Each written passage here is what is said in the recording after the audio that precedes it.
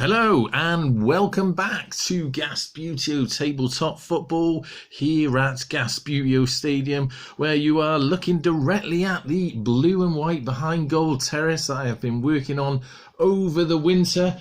Started at the end of the summer, if you remember, if you've been following the videos, so you've been watching the progress there. We're just about done with it. I am going to have above there a named sort of plaque area, so it's going to be named after someone, but that I'll let you know about that in the future when we get the sign up. But for the moment, that's where it is, in place behind our home goal.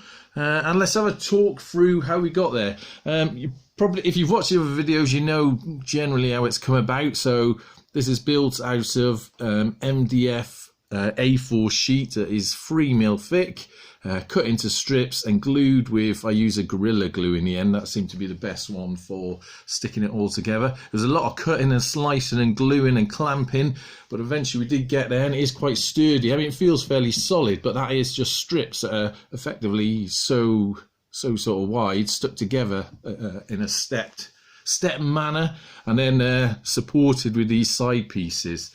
So that, in effect, has cost me £3 because it was the remainder of the MDF from the other terrace. So that was quite cheap. The seats, we obviously went through a trial making those. But those seats, all of those seats in there, effectively cost about, I don't know, at best, probably £2. A lot of work cutting them and cutting the burrs off and tidying them up. But again, very, very inexpensive indeed. We got a little sort of family section here, and I've got a bit of a dividing fence. I found some fencing on the internet that someone was 3D printing. That wasn't too expensive, can't remember how much that was, but that was pretty cheap as well. Now over the other side, you'll be familiar with this crowd control fencing we've got here.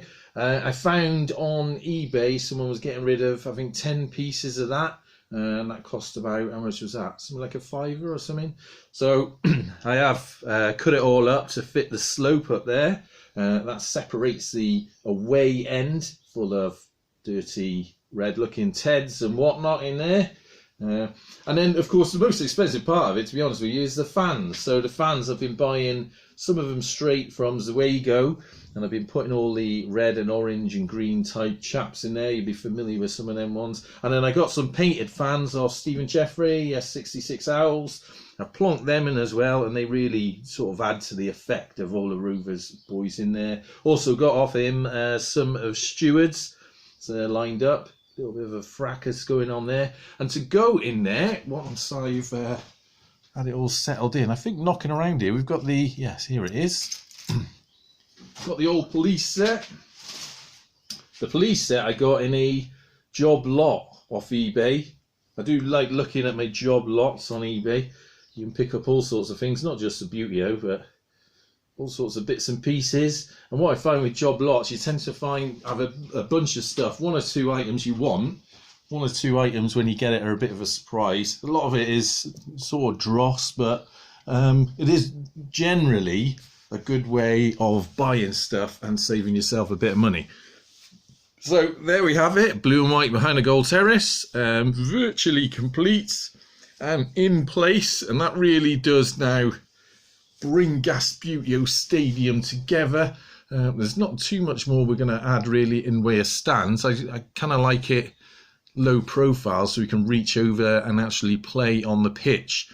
On this side that I'm sitting, there is nothing, so the pitch basically goes right up to the edge. You've got really great access to kick the ball around and move the players about. And on the other end, that's quite open as well, with just a bit of hoarding. But you'll no doubt have seen that on some of the other game videos. We have, of course, got the now blue scoreboard to put in somewhere. Not quite sure where I'm going to fit that. Might have to jiggle things around, perhaps put it at the other end where the TV stand is. And we're almost there. I'm quite happy with it now, so just need to get a few games on there. I do need to tidy up the pitch though. It's got covered in bits and pieces, so I might have to get a lint roller on that. But there we have it, the blue and white behind goal terrace in all its glory, painted up and full of gas heads. Anyway, until next time, up the gas.